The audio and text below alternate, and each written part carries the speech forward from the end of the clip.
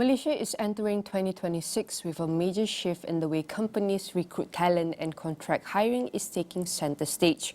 According to Robert Walters' latest salary survey, 61% of organizations plan to hire for contract roles next year, signaling a structural transformation of the labor market as businesses navigate cost pressure, talent shortages, and rising demand for specialized skills.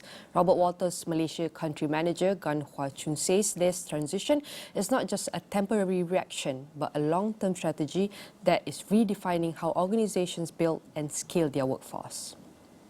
So I think a lot of organizations are looking at cost optimization. So when you look at cost optimization, workforce planning comes first into mind.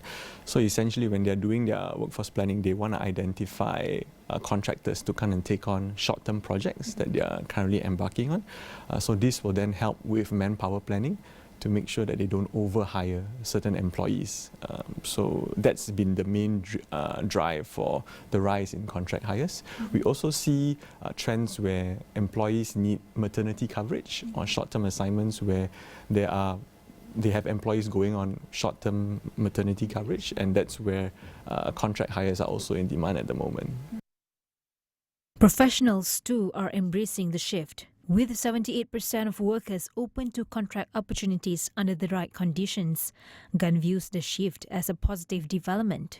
He said contract work is especially valuable for those seeking flexibility, career transitions, or specialized project-based exposure. So I think when it comes to attracting talents to take on contracting position, the first one they look is obviously at the salary. So contractors do get paid a slight premium when it comes to taking on a contract position because it's short term. Contractors are also allowed to then explore skills that they're not particularly familiar with, something that they want to try. For example, if you're doing a data role and you want to go into, for example, a little bit more into focus on data engineering. So there's opportunity to try different skill sets from an employee point of view. And that's how the contracting is attractive to employees.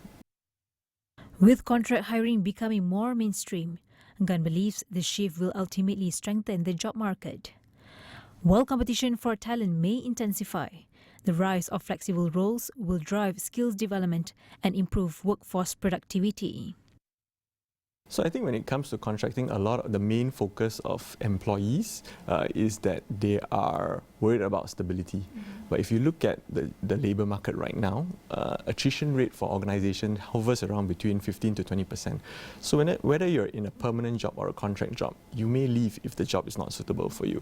So that's the mindset shift that a lot of candidates are having now, right? That a contract job has no stability, but actually a contract job is actually an opportunity for them to try a new skill or learn something new, right? Pick up a new habit, for example. It's also good to know that, for example, for returning mothers or people who has been out of the workforce for quite some time and they struggle to find a permanent role, contracting is now an option for them to explore because it gives them an option back into the workforce to build up their skills again and then go back into hopefully permanent employment.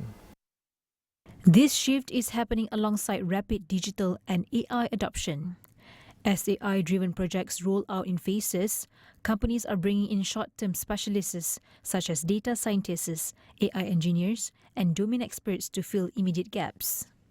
Gan says the strongest demand for contract hiring is emerging in the technology sector, followed by human resource, finance, and marketing functions across industries. But challenges remain, especially as salary expectations between employers and candidates continue to diverge. Most job seekers want 16 to 25% pay increases when switching roles, while only 27% of companies are willing to offer that. Gan notes that companies can no longer rely on pay alone. Instead, they must strengthen their employer branding, streamline hiring processes, and offer meaningful flexibility. Beyond pay, professionals now prioritize flexibility and work-life balance, while employers continue to emphasize bonuses and medical benefits. As Malaysia heads into 2026, labour market is expected to remain resilient, supported by a surge in digitalization, accelerating AI adoption, and growing momentum in the green economy. So I think when it comes to Malaysia's labour market or employment rate, the labour market remains fairly stable. It's quite resilient. If you look at the employment rate for 2025, is at 3%, and we see that number will go into the same as of 2026. When it comes to latest trends, I think there's been a big talk about AI. So digitalization is quite a big topic right now. A lot of organizations are going through digital transformation. And at the same time, there's also a focus on green energy, sustainability.